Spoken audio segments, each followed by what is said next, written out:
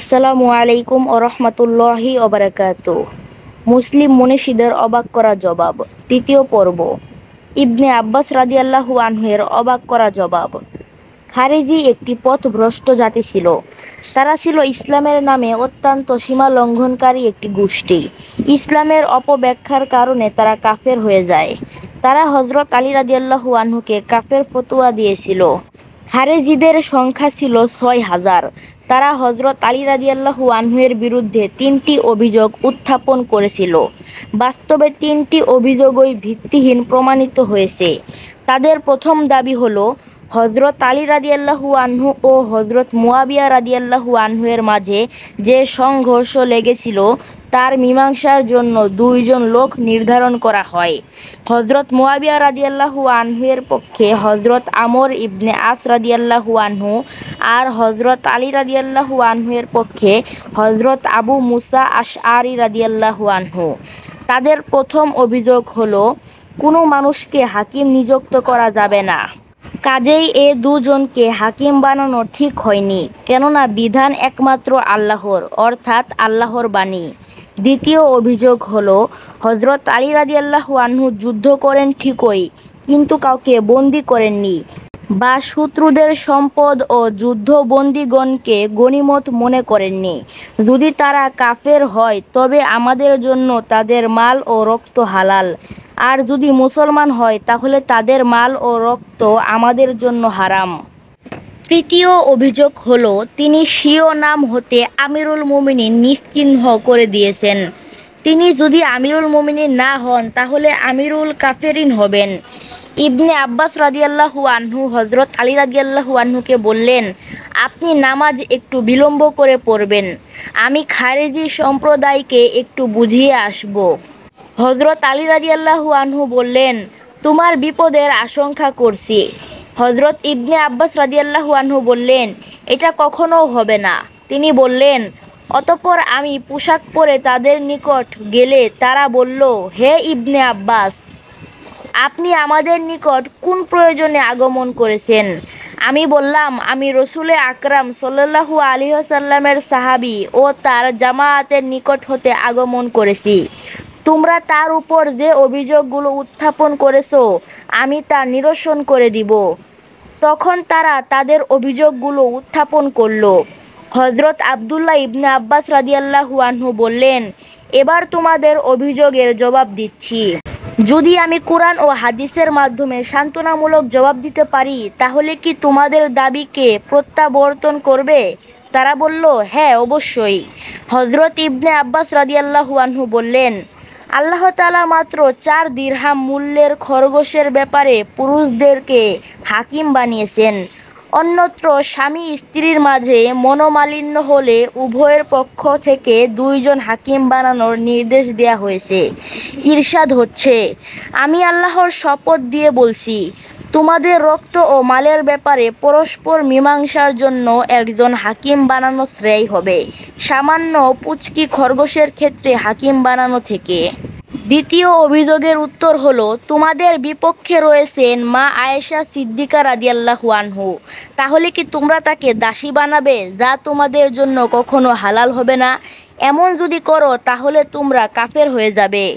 তৃতীয় অভিযোগের সমাধান হলো, হুদায়বিয়ার সন্ধিতে হযরত আলী রাদিয়াল্লাহু আনহু নবী করিম সাল্লাল্লাহু আলাইহি ওয়াসাল্লামের নামের সাথে রাসূল সাল্লাল্লাহু আলাইহি ওয়াসাল্লাম লিখলে কাফেররা বলতে লাগলো, আমরা যদি আপনাকে রসুল না মানি তাহলে আপনার সাথে আমাদের বিরোধ কিসের? কাজেই লিখুন মুহাম্মদ ইবনে আবদুল্লাহর পক্ষ থেকে। হযরত আলী রাদিয়াল্লাহু আনহু এটা মুছতে অস্বীকৃতি জানালে নবী করিম সাল্লাল্লাহু আলাইহি ওয়াসাল্লাম তা নিজেই মুছে দেন। এটা মিটিয়ে দেওয়ার দ্বারা তার নবুয়াত বাতিল হয়নি। তোমরা বলো, আমি তোমাদের সঠিক উত্তর দিতে পারলাম কিনা? তিনি বললেন, এবার তাদের থেকে 2000 লোক তওবা করে হযরত আলী রাদিয়াল্লাহু আনহুয়ের পক্ষে চলে আসে। জৈনক খারেজিকে দেয়া অবাক করা জবাব। আল্লামা শিবলি নোমানী রহমতুল্লাহি আলাইহি লিখেন, একবার খারেজি সম্প্রদায়ের প্রসিদ্ধ নেতা জাহাগ খারেজি ইমাম আবু হানিফা রহমতুল্লাহি আলাইহির নিকট হাজির হয়ে তরবারি উত্তোলন করে বলল, তওবা করো। ইমাম সাহেব জিজ্ঞেস করলেন, কোন কথা থেকে তওবা করব? যাহাক বলল, আপনার আকীদা হলো হযরত আলী রাদিয়াল্লাহু আনহু হযরত মুয়াবিয়া রাদিয়াল্লাহু আনহুর সাথে তর্ক বিতর্ক করার জন্য অন্য একজনকে সালিশ মেনেছিলেন, অথচ তিনি সত্যের উপর ছিলেন। তারপরও সালিশ বা তৃতীয় পক্ষ আনার অর্থ কি? ইমাম সাহেব বললেন, যদি আমাকে হত্যা করাই উদ্দেশ্য হয় তবে তা ভিন্ন কথা, নতুবা যদি সঠিক কথা মঞ্জুর হয় তাহলে আমাকে কিছু বলার অনুমতি দিন। যাহাক বলল, আমিও তো এটাই চাই। ইমাম সাহেব বললেন, যদি তর্কের মধ্যে পরস্পর মীমাংসা না হয় তবে কি চিকিৎসা? যাহাক বলল, আমরা উভয়ে এক ব্যক্তিকে বিচারক সাব্যস্ত করব। সুতরাং যাহাকের সাথীদের সাথে এক ব্যক্তিকে বিচারক সাব্যস্ত করা হলো। সে উভয় পক্ষের ভুল ও শুদ্ধের যাচাই করবে। ইমাম সাহেব বললেন, এটাই তো হযরত আলী রাদিয়াল্লাহু আনহু করেছিলেন। এরপর উনার উপর অভিযোগ কিসের? যাহাক নিশ্চুপ হয়ে উঠে চলে গেল। কয়েকজন খারেজিকে দেয়া অবাক করা জবাবসমূহ। ক, খারেজিদের আকীদা হলো মানুষ গুনহা করলে কাফের হয়ে যায়, অর্থাৎ গুনহা আর কুফরি একই বস্তু। একবার খারেজি সম্প্রদায়ের কিছু লোক ইমাম সাহেবের বাড়ি ঘেরাও করলো। তারা ইমাম সাহেবকে বলল, কুফরি থেকে তওবা করুন। ইমাম সাহেব বললেন, ঠিক আছে, আমি তোমাদের কুফরি থেকে তওবা করেছি। ইমাম সাহেবের কথার অর্থ হলো, যে বস্তুকে তোমরা কুফরি অর্থাৎ গুনহা বলে থাকো, আমি সে বস্তু থেকে তওবা করেছি। কিন্তু কেহ খারেজিদের কাছে গিয়ে বলল, আবু হানিফা তোমাদেরকে ধোঁকা দিয়ে বিদায় করেছে, তার তওবা করার মানে অন্য কিছু ছিল, তোমরা যা বুঝেছো তা নয়। তারা পুনরায় ইমাম সাহেবের কাছে এসে বলল, আপনি কৌশল করে ভিন্ন অর্থে তওবা করেছেন কেন? ইমাম সাহেব বললেন, এটা কি তোমাদের বিশ্বাস হয়েছে, নাকি সংশয়ের কারণে আমার সম্পর্কে এমন ধারণা করেছো? খারেজিরা বলল, বিশ্বাস নয়, সংশয় হয়েছে। ইমাম সাহেব বললেন, তাহলে তোমাদের তওবা করা উচিত, কারণ আল্লাহ পাক ইরশাদ করেন, নিশ্চয়ই কিছু ধারণা বা সংশয় গুনহায়ের কাজ। সূরা হুজরাত আয়াত 12। অতঃপর খারেজিরা অবাক হয়ে ফিরে গেল। খ, খারেজিরা নিজ সম্প্রদায়ের লোক ছাড়া অন্য সকল মুসলমানকে হত্যার যোগ্য ও মুশরিক মনে করে। একবার তারা হুড়মুড় করে এক মসজিদে ঢুকে পড়ল। ইমাম সাহেব তখন সে মসজিদে ছিলেন। তিনি ছাত্রদেরকে শিক্ষা প্রদানে রত ছিলেন। খারেজিদেরকে দেখে সবাই ছুটে পালাতে লাগলো। ইমাম সাহেব তাদেরকে পালাতে নিষেধ করলেন এবং সান্ত্বনা দিয়ে বললেন, ভয় পেও না, সবাই স্থির হয়ে বসে থাকো। খারেজিদের নেতা ইমাম সাহেবের সম্মুখে এসে বলল, তোমরা কারা? ইমাম সাহেব বললেন, আমরা আশ্রয় প্রার্থনাকারী। আল্লাহ পাক এই আয়াতে মুমিনদেরকে নির্দেশ দিয়েছেন যেন মুশরিকদেরকে আশ্রয় দান করে। আর মুশরিকদেরকে কেহ যদি তোমার কাছে আশ্রয় প্রার্থনা করে তবে তাকে আশ্রয় দাও, যেন সে আল্লাহর কালাম শুনতে পারে, অতঃপর তাকে তার নিরাপদ স্থানে পৌঁছিয়ে দাও। সূরা তওবা আয়াত 6। খারেজিরা এ সংকল্পে মসজিদে এসেছিল যে যখন ইমাম আবু হানিফা রহমতুল্লাহি আলী তার আকীদা পেশ করবেন তখন তাকে মুশরিক হবার অপরাধে হত্যা করবে। কিন্তু ইমাম সাহেব এমন এক আয়াত পাঠ করলেন যেখানে বলা হয়েছে যে যদি মুমিন হয়ে থাকো তবে মুশরিকদেরকে আশ্রয় দাও এবং কোরআন পড়ে শোনাও, অতঃপর তাকে তার নিরাপদ স্থানে পৌঁছিয়ে দাও। সুতরাং হত্যা করা দূরের কথা, বরং খারেজিদের নেতা বাধ্য হয়ে তার দলের লোকদেরকে বলল, তাকে কোরআন পাঠ করে শুনিয়ে দাও, অতঃপর তাকে তার বাড়িতে নিরাপদ স্থানে পৌঁছিয়ে দাও। গ, একবার খারেজিদের ৭০ জন লোক দলবদ্ধ হয়ে আকস্মিকভাবে ইমাম সাহেবকে ঘেরাও করে ফেলল। তারা তরবারি উত্তোলন করে বলল, আপনি যেহেতু কবিরা গুনহাকারীকে কাফের বলেন না, তাই আপনাকে হত্যা করা হবে। ইমাম সাহেব বললেন, উত্তেজিত না হয়ে শান্ত মনে কথা বলুন। প্রথমে কথা জিজ্ঞেস করুন, যদি বাস্তবে আমার ভুল হয় তবে হত্যা করার প্রোগ্রাম নেবেন। অতি উত্তম হবে যে প্রথমে তরবারি খাপে রাখুন, তারপর শান্ত মস্তিষ্কে স্বীয় প্রশ্নাবলী উত্থাপন করুন, অতঃপর যা মন চাই তাই করুন। খারেজিরা বলল, আমরা আপন তরবারিগুলো আপনার রক্তে রঞ্জিত করব। আমাদের আকীদা মতে এমন করা ৭০ বছর জিহাদ ফি সাবিলিল্লাহ থেকে উত্তম। ইমাম সাহেব বললেন, আচ্ছা, কথা বলুন, কি বলতে চান? তারা বলল, বাহিরে দুটি জানাজা লাশ পড়ে রয়েছে, একটি পুরুষের অপরটি মহিলার। পুরুষটি মদ পান করা অবস্থায় মৃত্যুবরণ করলো, আর মহিলাটি গর্ভবতী অবস্থায় আত্মহত্যা করে মারা গেল। তাদের ব্যাপারে আপনার কি রায়? ইমাম সাহেব না ভীত হলেন না আত্মহারা হলেন।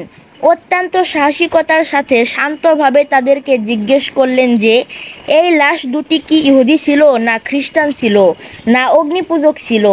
খারেজিরা বলল, তারা না ইহুদি ছিল না খ্রিস্টান ছিল না অগ্নিপূজক ছিল। ইমাম সাহেব বললেন, আচ্ছা, তবে তারা কোন ধর্মের লোক ছিল? খারেজিরা বলল, তাদের সম্পর্ক ওই ধর্মের সাথে ছিল যারা কালেমা শাহাদাত পড়ে এবং স্বীকার করে, আশহাদু আল্লা ইলাহা ইল্লাল্লাহু ওয়া আশহাদু আন্না মুহাম্মাদান আবদুহু ওয়া রাসূলুহু। অতঃপর ইমাম সাহেব জিজ্ঞেস করলেন, এই কালেমাটি ইমানের কোন অংশ? অর্ধেক না এক চতুর্থাংশ না এক তৃতীয়াংশ? খারেজিরা বলল, এটা তো পরিপূর্ণ ইমান, কারণ ইমানের অংশ বা আংশিক ইমান হতে পারে না। তারা এই কালেমা স্বীকারকারী ও এর উপর দৃঢ় বিশ্বাসকারী ছিল। তাই এখন তোমরাই বলো যে এই লাশ দুটি কার, মুসলমানের না কাফেরের? খারিজিরা অস্থির হয়ে গেল এবং অনুভূতি শক্তি হারিয়ে ফেলল। অতঃপর বলল, আচ্ছা, তা পরে থাকুক, অন্য একটি প্রশ্নের উত্তর দিন। এই দুইজন জান্নাতি না জাহান্নামী? ইমাম সাহেব বললেন, এই প্রশ্নের উত্তরে আমার নিকট নবীগণের উত্তম আদর্শ মজুদ রয়েছে, যা আল্লাহর সত্য কিতাব কুরআনে উল্লেখ রয়েছে। আমি এটাই বলবো যা হজরত ইব্রাহিম আলাইহিসসালাম এই উভয়ের চেয়ে মারাত্মক আসামি সম্পর্কে দরবারে ইলাহিতে আরজ করেছিলেন। যে ব্যক্তি আমার অনুসরণ করলো সে আমার দলের অন্তর্ভুক্ত, আর যে আমার নাফরমানি করলো তার জন্য আপনি ক্ষমাশীল ও দয়ালু। সূরা ইব্রাহিম আয়াত ৩৬। আরও ওই কথা বলবো যা হজরত ঈসা আলাইহিসসালাম বলেছিলেন, হে আল্লাহ, যদি আপনি তাদের আযাব দেন তবে তারা আপনার বান্দা, আর যদি ক্ষমা করে দেন তবে আপনি পরাক্রমশালী প্রজ্ঞাময়। সূরা মাইদা আয়াত ১১৮। আরও ওই কথা বলবো যা হজরত নূহ আলাইহিসসালাম বলেছিলেন, তারা যা কিছু করেছে তার দায়িত্ব আমার উপর নয়, তাদের হিসাব তো একমাত্র আমার রবের নিকট, যদি তোমরা বুঝতে। সূরা শুআরা আয়াত ১১২ ও ১১৩। খারেজিরা ইমাম সাহেবের চিত্তাকর্ষক আলোচনা শুনে অত্যন্ত লজ্জিত হলো। খাপ থেকে নিগড়িত তলোয়ার পুনরায় খাপে ঢুকিয়ে ফেলল, তওবা করল এবং আহলে সুন্নাত ওয়াল জামায়াতে পদার্পণ করল। ইমাম সাহেবের উত্তম পদ্ধতি, মনোরম কৌশল, চিত্তাকর্ষক আলোচনা ও দূরদর্শিতায় তার মাহাত্ম্যের স্বীকারকারী হয়ে তারা তার দাস হয়ে গেল। হযরত আলী রাদিয়াল্লাহু আনহু-এর আরও কতকগুলো অবাক করা জবাব। ক. ইসলামের দ্বিতীয় খলিফা হযরত উমর রাদিয়াল্লাহু আনহু খেলাফতের মসনদে সমাসীন। খলিফার দ্বার রয়েছে সবার জন্য উন্মুক্ত। ব্যক্তি, সমাজ, রাষ্ট্র, ধর্ম সকল বিষয়ে খলিফার সাথে সরাসরি আলাপ করতেও দ্বিধাবোধ করে না কেহ, নাই কোনো বাধা বিপত্তি। একদা সে মহান খলিফার নিকট উপস্থিত হলো একজন অগ্নিপূজক। শুরু হলো কথোপকথন। অগ্নিপূজক: তোমাদের ধর্মগ্রন্থ আল কোরআন সত্য কিনা? খলিফা: হ্যাঁ, অবশ্যই আমাদের ধর্মগ্রন্থ আল কোরআন সত্য। অগ্নিপূজক: তোমাদের ধর্মগ্রন্থে আছে, কাফেরের কবরে সকাল সন্ধ্যা অগ্নি প্রজ্বলিত করা হয়। অতঃপর অগ্নিপূজক তার পকেট হতে বের করল মাথার দুটি খুলি। সে একটির দিকে ইঙ্গিত করে বলল, এটি আমার পিতার মাথার খুলি, এবং অন্যটির প্রতি ইঙ্গিত করে বলল, এটি আমার ভাইয়ের মাথার খুলি। যদি তোমাদের ধর্মগ্রন্থ সত্য হয় তাহলে এ দুটি খুলি শীতল কেন? এদের মধ্যে অগ্নি কোথায়? অর্থাৎ অগ্নিপূজকের বক্তব্য হচ্ছে, আমার পিতা ও ভাই তোমাদের দৃষ্টিতে কাফের, বিধায় তোমাদের ধর্মগ্রন্থের উপরোক্ত উদ্ধৃতি মোতাবেক দুইজনই সকাল সন্ধ্যা অগ্নিতে জ্বলছে, বিধায় খুলি দুটি শীতল হওয়ার কথা নয়, বরং গরম হওয়ার কথা। তাই কুরআন সত্য হলে খুলি দুটি শীতল থাকতো না। খলিফা উমর রাদিয়াল্লাহু আনহু অগ্নিপূজকের প্রশ্ন শুনে সাথে সাথে হযরত আলী রাদিয়াল্লাহু আনহু-এর নিকট খবর পাঠালেন। হযরত আলী রাদিয়াল্লাহু আনহু এসে উপস্থিত হলেন খলিফার দরবারে। খলিফা: অগ্নিপূজকের দিকে ইঙ্গিত করে মাথার দুটি খুলি দেখিয়ে হযরত আলী রাদিয়াল্লাহু আনহুকে বললেন, হে আলী, এ অগ্নিপূজক এরূপ প্রশ্ন করছে, আপনি এর উত্তর প্রদান করুন। খলিফার কথা শোনা মাত্রই হযরত আলী রাদিয়াল্লাহু আনহু উত্তর দেওয়ার জন্য প্রস্তুত হয়ে গেলেন। কুরআন হাদিসের পরিবর্তে এখানে যৌক্তিক উত্তরই হচ্ছে প্রণিধানযোগ্য, যা বুঝতে মুহূর্তও দেরি হয়নি তার। তাই প্রশ্ন শেষ করতে যতটুকু দেরি, উত্তর শুরু করতে দেরি নাই মোটেও। তৎক্ষণাৎ তিনি একটি হাতুড়ি ও একখণ্ড লোহা আনিয়ে অগ্নিপূজকের সামনে রাখলেন। শুরু হলো কথোপকথন। হযরত আলী রাদিয়াল্লাহু আনহু অগ্নিপূজককে লক্ষ্য করে বললেন, এ লোহার উপর হাত রাখুন। অগ্নিপূজক অবাক হয়ে হাত রাখল লোহার উপর। হযরত আলী রাদিয়াল্লাহু আনহু বললেন, কি মনে হচ্ছে, লোহা গরম না ঠান্ডা? অগ্নিপূজক, একেবারে ঠান্ডা। এবারে হযরত আলী রাদিয়াল্লাহু আনহু হাতুড়ি হাতে নিয়ে সজোরে আঘাত করলেন লৌহদণ্ডের উপর। আঘাতের ফলে এক ঝলক অগ্নি বেরিয়ে এলো লোহা থেকে এবং শীতল লোহা হয়ে গেল গরম। গরম হবে না কেন? বীর কেশরী মহাবীর হযরত আলী রাদিয়াল্লাহু আনহুর একটি আঘাতই তো এর জন্য যথেষ্ট। অতঃপর আবার শুরু করলেন কথাবার্তা। হযরত আলী রাদিয়াল্লাহু আনহু, আবার হাত রাখুন লোহার উপর। অগ্নিপূজক বিনয় নেত্রে পুনরায় হাত রাখল লোহার উপর। হযরত আলী রাদিয়াল্লাহু আনহু, কি মনে হচ্ছে, এখন লোহা ঠান্ডা না গরম? অগ্নিপূজক, একেবারে গরম। হযরত আলী রাদিয়াল্লাহু আনহু, এ লৌহ খণ্ড পূর্বে ছিল একেবারে ঠান্ডা, এখন উহাতে অগ্নি এলো কোত্থেকে? প্রশ্ন শুনে অগ্নিপূজক একেবারে হতবাক। সে কোনো জবাবই দিতে পারল না। এ মতাবস্থায় হযরত আলী রাদিয়াল্লাহু আনহুই জবাব শুরু করলেন, এ লোহার মধ্যে যে স্রষ্টা অগ্নি রেখেছেন, যদিও আমরা বুঝতে পারি না, তদরূপ সে স্রষ্টাই তদীয় অপার কুদরতে এ দুজনের মাথার খুলির মধ্যেও অগ্নি রেখে দিয়েছেন এবং উহা সর্বদা জ্বলছে, যদিও আমরা অনুভব করতে পারছি না। হযরত আলী রাদিয়াল্লাহু আনহুর উত্তর শুনে অগ্নিপূজক তৎক্ষণাৎ আত্মসমর্পণ করল এবং বাধ্য হয়ে মেনে নিল আল কোরআন হচ্ছে অবশ্যই সত্য। সাথে সাথে প্রমাণিত হলো হযরত আলী রাদিয়াল্লাহু আনহু সম্পর্কে বিশ্বনবীর অমীয় বাণীর সার্থকতা।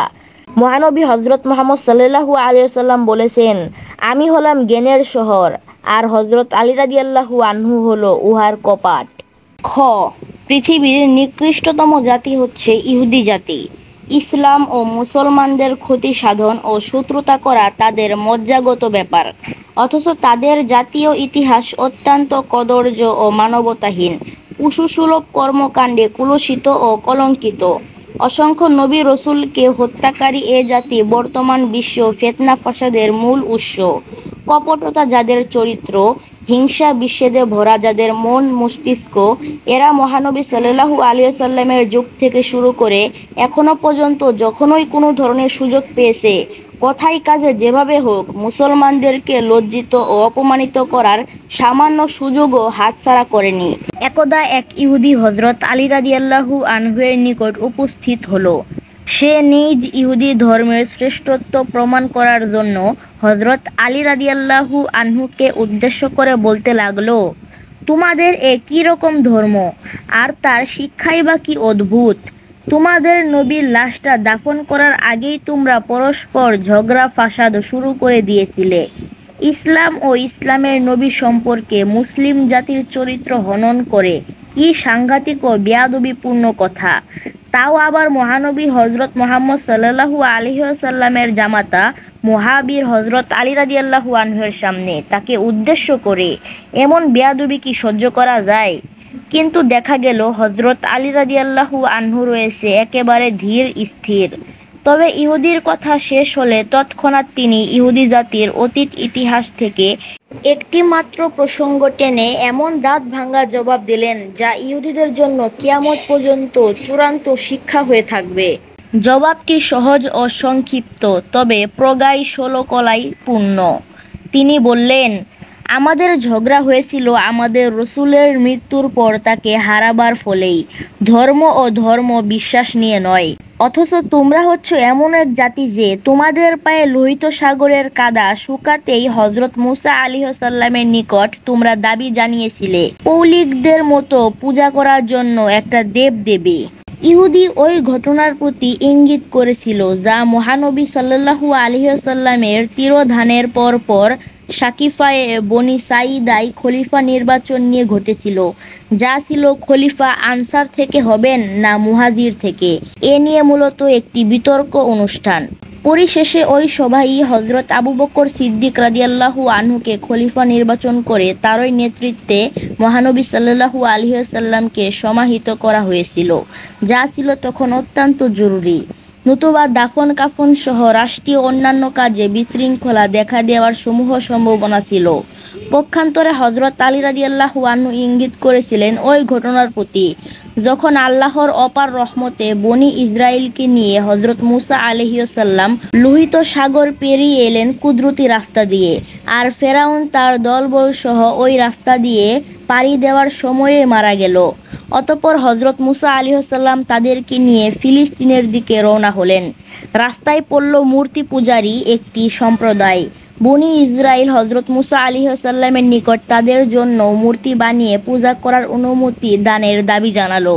তাদের এ দাবিতে কয়েকটি খারাপ দিক ছিল। ক তাদের এ দাবি ছিল ধর্ম ও ধর্মীয় বিশ্বাসের মূলে কুঠারাঘাত। খ নবী মুসা আলাইহিসসালাম জীবিত এমনকি তাদের মধ্যে থাকা অবস্থায় নবীর নিকট মূর্তি বানিয়ে দেওয়ার দাবি জানিয়েছিল। গ একটি দুটি নয়, বরং সম্প্রদায় ও গোষ্ঠীসমূহের জন্য পৃথক পৃথক মূর্তি তৈরির দাবি তারা করেছিল। ঘ অলৌকিকভাবে লোহিত সাগর পাড়ি দেয়া এবং ফেরাউনের ধ্বংস হওয়ার মতো ঘটনা অবলীলাক্রমে তৎক্ষণাৎ অকৃতজ্ঞ বনি ইসরাইল ভুলে গিয়েছিল, যে ঘটনার বিবরণ পবিত্র কুরআনের সূরা আরাফের 138 ও 140 নং আয়াতে রয়েছে। উহা কোনোভাবেই ইহুদি বর্ণিত ঘটনার সাথে তুলনীয় ছিল না। ইহুদি হযরত আলী রাদিয়াল্লাহু আনহু-এর নিকট থেকে এমন জবাব যে পাবে তা কল্পনাও করতে পারেনি, অথচ উহা ছিল তাদের জাতীয় ইতিহাসের অত্যন্ত লজ্জাজনক ও কলঙ্কময় ঘটনা। তাই ঐতিহাসিক সত্য ঘটনার আলোকে হিকমত ও প্রজ্ঞাপূর্ণ জবাব শুনে ইহুদি একেবারে লাজবাব হয়ে গেল। একবার আরবের কিছু হিংসুটে লোক, যারা হযরত আলী রাদিয়াল্লাহু আনহু-এর আল্লাহ প্রদত্ত হিকমত ও জ্ঞানকে স্বীকৃতি দিত না, তারা এসে তাকে পরীক্ষা করার জন্য জড়ো হলো। তারা এক দলনেতার নেতৃত্বে বাছাইকৃত 10 জন সদস্য খেলাফতের মসনদে সমাসীন হযরত আলী রাদিয়াল্লাহু আনহু-এর নিকট এসে সাক্ষাৎ করল। দলনেতা: আমিরুল মুমিনিন, শুনেছি আপনি খুব জ্ঞানের অধিকারী, তাই যদি অনুমতি দেন তবে আপনাকে কিছু প্রশ্ন করতে চাই। হযরত আলী রাদিয়াল্লাহু আনহু বললেন, ঠিক আছে, বলুন আপনাদের প্রশ্ন। দলনেতা: বলুন তো, ধন সম্পদ ও জ্ঞানের মধ্যে কোনটি উত্তম ও কেন? হযরত আলী রাদিয়াল্লাহু আনহু: শুনুন তাহলে। হযরত আলী রাদিয়াল্লাহু আনহু আর বলতে পারলেন না। তার কথা কেড়ে নিয়ে দলনেতা বলতে লাগলো, জনাব, আমরা 10 জন, তাই প্রশ্নটির পৃথক পৃথক 10টি জবাব চাই। প্রশ্ন একটি, জবাব 10টি। কেমন যেন একটা খটকা সৃষ্টি হলো হযরত আলী রাদিয়াল্লাহু আনহু-এর মনে, কিন্তু তিনি মুখে কিছু বললেন না, বরং সাথে সাথে জবাব শুরু করে দিয়ে বললেন, তাহলে শুনুন। 1 নম্বর, সকল নবী ও রসুলগণ জ্ঞানের উপর তাকিদ এবং জোর দিয়েছেন, পক্ষান্তরে সম্পদের উপর জোর দিয়েছিল ফেরাউন ও নমরুদ, ফলে তাদের ধ্বংস অনিবার্য, তাই জ্ঞানই উত্তম। 2 নম্বর, সম্পদ পাহারা দিয়ে রাখতে হয়, পক্ষান্তরে জ্ঞানকে পাহারা দিতে হয় না, বরং জ্ঞানই মানুষকে পাহারা দেয়, তাই জ্ঞানই উত্তম। 3 নম্বর, সম্পদ মানুষের মধ্যে শত্রুতার সৃষ্টি করে, পক্ষান্তরে জ্ঞান মানুষের পরস্পর বন্ধু বানায়, তাই জ্ঞানই উত্তম। 4 নম্বর, জ্ঞান বিতরণে হ্রাস পায় না, বরং বৃদ্ধি পায়, পক্ষান্তরে সম্পদ কাউকে দিয়ে দিলে দান নয়, উহা হ্রাস পায়, তাই জ্ঞানই উত্তম। 5 নম্বর, জ্ঞান থাকে উদার, পক্ষান্তরে সম্পদ মানুষকে কৃপণ বানায়, তাই জ্ঞানই উত্তম। 6 নম্বর, সম্পদ হারানোর ভয় থাকে, চুরি হয়ে যায়, কেড়ে নিয়ে যায়, পক্ষান্তরে জ্ঞান কখনো হারানোর ভয় থাকে না, চুরি করা বা কেড়ে নেওয়া যায় না, বরং জ্ঞান মানুষকে নিরাপত্তা দান করে, তাই জ্ঞানই উত্তম। 7 নম্বর, জ্ঞানের ধ্বংস নাই, তাই উপার্জনের পর নষ্ট হয় না। পক্ষান্তরে মাল বা ধন সম্পদ ক্ষণস্থায়ী বিধায় ধ্বংস ও নষ্ট হয়ে যায়, তাই জ্ঞানই উত্তম। 8 নম্বর, জ্ঞান সব রকমের মাপ জোকের বাইরে, তাই তার সীমা পরিসীমা নাই। পক্ষান্তরে সম্পদের সীমাবদ্ধতা নির্ণয় করা যায়, মাপা যায়, বিধায় আকার ও আয়তন ঠিক করা যায়, তাই জ্ঞানই উত্তম। 9 নম্বর, জ্ঞান মানুষের অন্তরকে আলোকিত ও উজ্জ্বল করে, পক্ষান্তরে সম্পদ মানুষকে কুলসিত, হিংসুটে ও অহংকারীতে পরিণত করে, তাই জ্ঞানই উত্তম। 10 নম্বর, জ্ঞানের তুলনায় সম্পদ একেবারেই মূল্যহীন। জ্ঞান মানুষকে মানব দরদি করতে পারে, অথচ অঢেল সম্পদের মালিকও মানব দরদি হতে পারে না, বিধায় জ্ঞান তুলনাহীন, তাই জ্ঞানই উত্তম। এক নাগারে এতটুকু বলে থামলেন খলিফাতুল মুসলিমিন হজরত আলী রাদিয়াল্লাহু আনহু। ইচ্ছা করলে তিনি আরও অনেক কারণ বলতে পারতেন, কিন্তু 10 জনের দলনেতার কথায় তিনি থেমে গেলেন। এদিকে দলনেতাসহ পণ্ডিতদের চোখ যেন চড়ক গাছ।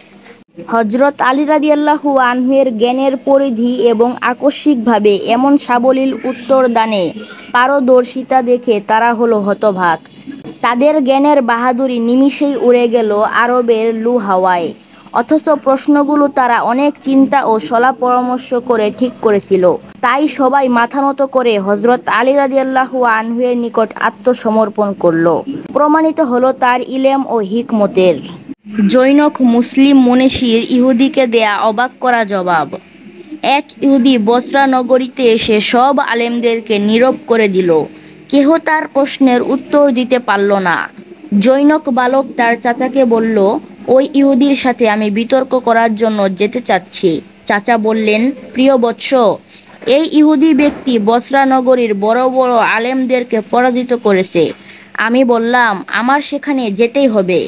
তখন চাচা আমার হাত ধরে ফেললেন এবং আমাকে নিয়ে ইহুদির নিকট পৌঁছে দিলেন। আমি তাকে এমন অবস্থায় পেলাম যে তার সাথে যারা বাহাস ও বিতর্ক করছে তাদেরকে সে হজরত মুসা আলাইহিস সালামের নবুয়াত স্বীকার করায় এবং আমাদের নবীর নবুয়াত অস্বীকার করে।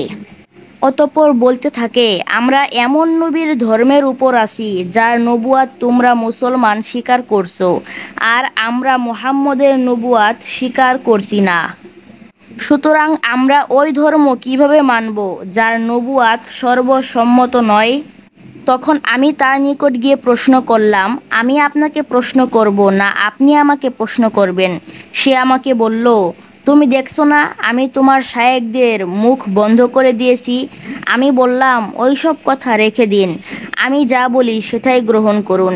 সে বলল, আমি প্রশ্ন করছি, হজরত মুসা আলাইহিস সালাম কি আল্লাহর নবী নয় যার নবুয়াত বিশুদ্ধ এবং তার নবুয়াতের দলিল প্রমাণিত ও স্বীকৃত? তুমি এটা স্বীকার করো না অস্বীকার করো? তুমি যদি অস্বীকার করো তাহলে তুমি তোমার নবীর বিরোধিতা করলে। আমি তাকে বললাম, তুমি মুসা আলাইহিস সালামের সম্পর্কে প্রশ্ন করলে আমার নিকট। এটার দুটি দিক হতে পারে।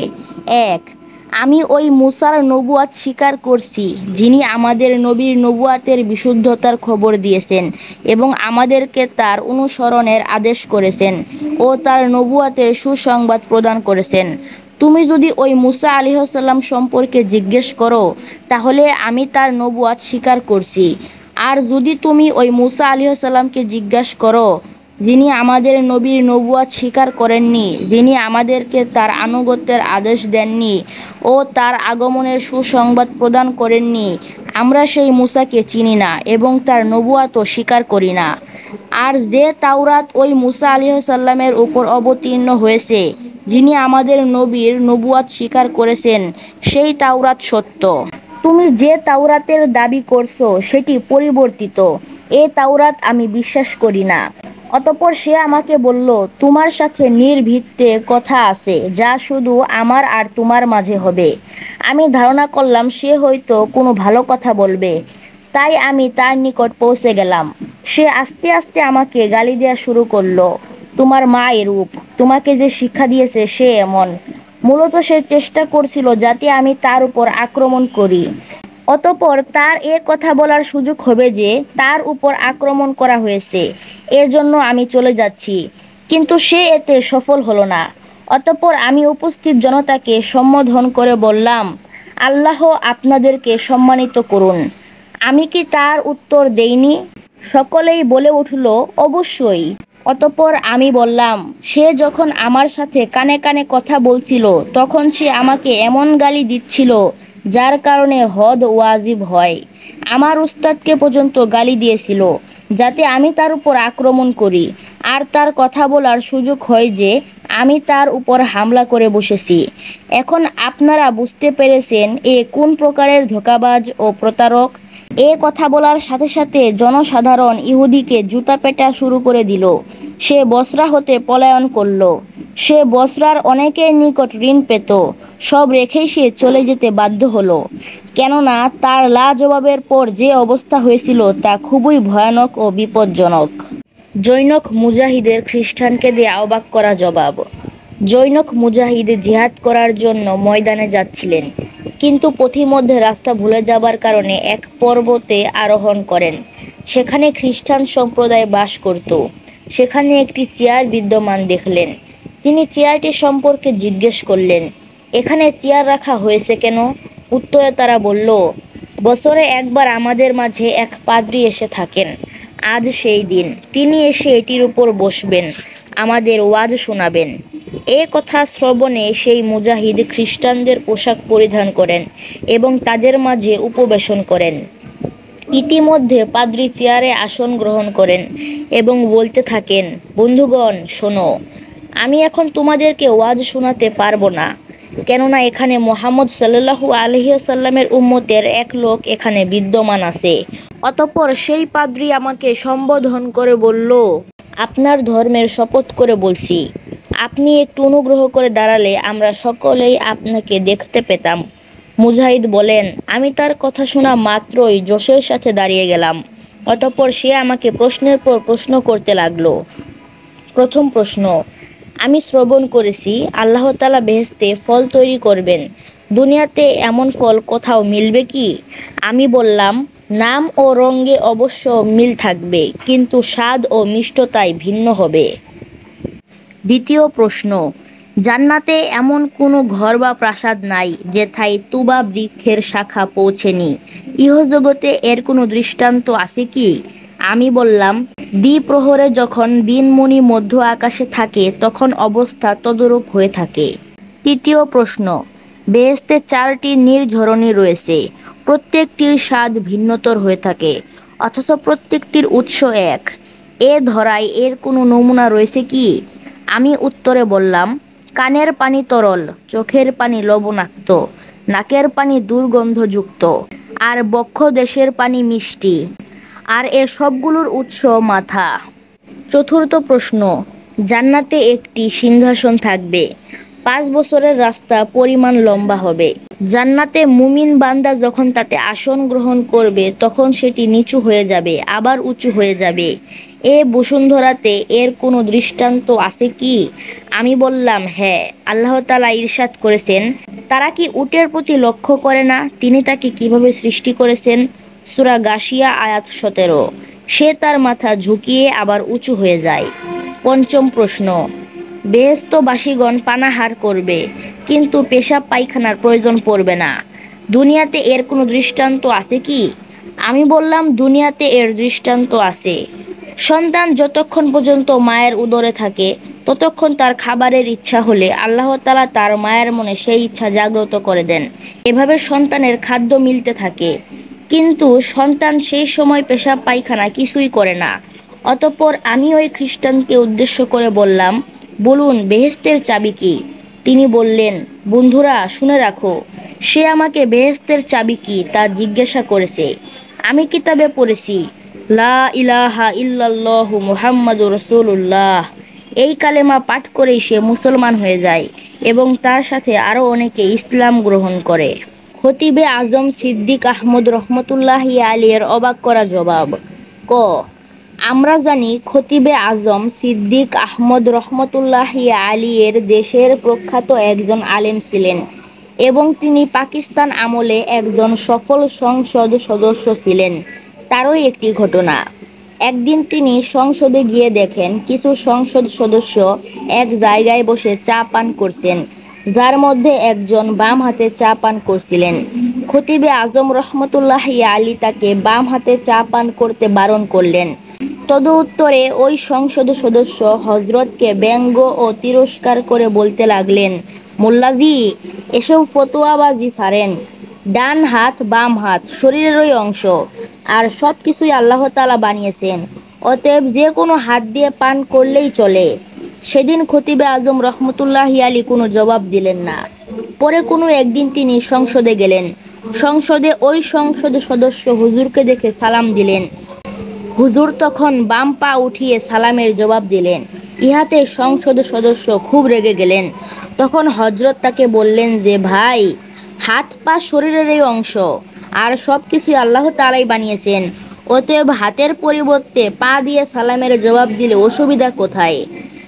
এই সংসদ সদস্যের বুঝতে বাকি রইল না যে এটি তারই কথার প্রতি উত্তর। খ, এক সময় বাংলাদেশের মুসলমানরা হিন্দু জমিদারদের দ্বারা নির্যাতিত ছিল। যখন এ দেশ থেকে হিন্দু জমিদাররা বিতাড়িত হলো, তখন কোনো এক সময় খতিবে আজম সিদ্দিক আহমদ সাহেব রহমতুল্লাহি আলী কোনো এক প্রয়োজনে হিন্দু স্থান সফরে যাওয়ার উদ্দেশ্যে স্টিমারের ফার্স্ট ক্লাসে বসেন। এ স্টিমারে অনেক হিন্দু জমিদার বসা ছিল। তারা খতিবে আজম সাহেব রহমতুল্লাহি আলীকে ফার্স্ট ক্লাসে দেখে খেপে গেল। কারণ যে আলেমগণের কারণে হিন্দু জমিদাররা বাংলাদেশ থেকে বিতাড়িত হলো, তারা ফার্স্ট ক্লাসে বসে ভারত যাবে, এটা তাদের বরদাস্ত হচ্ছিল না। তাই তারা তিরস্কার করে বলল, মোল্লাজি, ফার্স্ট ক্লাসে বসেছেন, টিকিট করছেন? খতিবে আজম সাহেব রহমতুল্লাহি আলী মুখে না জবাব দিয়ে পকেট থেকে টিকিট বের করে দেখালেন। ফলে হিন্দু জমিদারদের চেহারা কালো হয়ে গেল এবং তারা খতিবে আজম রহমতুল্লাহি আলীকে অপদস্থ করার ফন্দি আঁটতে লাগলো। এক পর্যায়ে এক হিন্দু জমিদার খতিবে আজম সাহেব রহমতুল্লাহি আলীকে জিজ্ঞেস করল, আচ্ছা মোল্লাজি, আপনাদের নবী তো আপনাদের বিভিন্ন দোয়া শিখিয়েছেন, যেমন পায়খানায় ঢুকতে দোয়া পড়েন, বের হতে দোয়া পড়েন। আমি জানতে চাই, আপনারা পিছনের রাস্তা দিয়ে বাতাস সারলে কি দোয়া পড়েন? খতিবে আজম রহমতুল্লাহি আলী এমন একটি চমৎকার জবাব দিলেন যা হিন্দু জমিদারদের মনকে ক্ষত বিক্ষত করে দিল। তিনি বলে উঠলেন, জি হ্যাঁ, আমরা হাওয়া ছাড়লেও দোয়া পড়ি। আমাদের দোয়া হলো এই যে, হরে কৃষ্ণ হরে রাম রাধে, হিন্দুরা জন্ম নিল মুসলমানের পাদে। এ জবাব শুনে জমিদারদের চেহারা অমাবস্যার রাতের মতো কালো হয়ে গেল। মাথা নিচু করে তারা বিড়বিড় করতে লাগলো। প্রতিবাদের কোনো ভাষা খুঁজে পেল না। এভাবে বিষণ্ণ মন নিয়ে তারা সফর শেষ করল। হযরত মুগিরা ইবনে শুবা রাদিয়াল্লাহু আনহু এর অবাক করা জবাব। হযরত উমর রাদিয়াল্লাহু আনহু হযরত মুগিরা ইবনে শুবা রাদিয়াল্লাহু আনহুকে বাহরাইনের গভর্নর করে পাঠালেন। ওই এলাকার লোকেরা তার প্রতি অসন্তুষ্ট হয়ে শত্রু হয়ে যায়। ফলে হযরত উমর রাদিয়াল্লাহু আনহু তাকে বরখাস্ত করেন। কিন্তু বাহরাইনের লোকেরা ধারণা করতে লাগলো যে হযরত উমর রাদিয়াল্লাহু আনহু মুগিরাকে দ্বিতীয়বার প্রেরণ করতে পারেন। তাই যাতে প্রেরণ না করেন এমন একটি ব্যবস্থা করা আবশ্যক। তাদের নেতা তাদেরকে লক্ষ্য করে বলল, তোমরা যদি আমার কথা মতো আমল করো তাহলে হযরত মুগিরা রাদিয়াল্লাহু আনহু আর কোনোদিন দ্বিতীয়বার আসতে পারবে না। তারা বলল, আপনি কি করতে চান? নেতাজি বলল, তোমরা আমার নিকট 1,00,000 টাকা জমা করো। আমি এই টাকা নিয়ে হযরত উমর রাদিয়াল্লাহু আনহু এর নিকট গিয়ে বলবো, এই 1,00,000 টাকা আমার নিকট হযরত মুগিরা রাদিয়াল্লাহু আনহু আমানত হিসাবে রেখে দিয়েছে। হযরত উমর রাদিয়াল্লাহু আনহু হযরত মুগিরা রাদিয়াল্লাহু আনহুকে বললেন, দেখো লোকটি কি বলছে। তিনি শুনে বললেন, আল্লাহ আপনার মঙ্গল করুন, লোকটি মিথ্যা বলছে। প্রকৃতপক্ষে আমি 2,00,000 টাকা রেখেছি। হযরত উমর রাদিয়াল্লাহু আনহু বললেন, এমন কেন করছো? তিনি উত্তরে বললেন, পারিবারিক অভাব অনটনে আমাকে এমন করতে বাধ্য করেছে। হযরত উমর রাদিয়াল্লাহু আনহু তাদের নেতাকে লক্ষ্য করে বললেন, তোমরা কি বলতে চাও? 2,00,000 কথা শ্রবণে তাদের হুঁশ ফিরে এসেছে। তাদের নেতা বলতে লাগলো, ঘটনা এমন নয়, এখন আমি অবশ্যই সত্য কথা বলবো। আল্লাহ আপনার কল্যাণ করুন, আল্লাহর শপথ, মুগিরা আমার নিকটে কোনো টাকা আমানত হিসাবে রাখেনি। হযরত উমর রাদিয়াল্লাহু আনহু হযরত মুগিরা রাদিয়াল্লাহু আনহুকে লক্ষ্য করে বললেন, হে মুগিরা, এই বেকুব সম্পর্কে আপনি কি করতে চান? হযরত মুগিরা রাদিয়াল্লাহু আনহু বললেন, খবিশ, আমার উপর মিথ্যারোপ করিস। আমি ইচ্ছা করলাম প্রকৃত ঘটনা তার দ্বারাই বলিয়ে তাকে লাঞ্ছিত করি। এ জাতীয় ঘটনা দ্বারা এ ধারণা করার কোনো সুযোগ নাই যে একজন সাহাবী হয়ে কিতাবে মিথ্যা বললেন বিধানাবলী উদ্দেশ্যের অধীনে হয়ে থাকে। তার এ উদ্দেশ্য ছিল না যে লোকটি থেকে 2 লক্ষ টাকা আদায় করবেন, এবং উদ্দেশ্য ছিল লোকটি থেকে সত্য ঘটনা উদ্ঘাটন করা। এটা জ্ঞানগত দিক থেকেও শরীয়তে নিন্দনীয় নয়। আসসালামু আলাইকুম ওয়া রাহমাতুল্লাহি ওয়া বারাকাতুহু।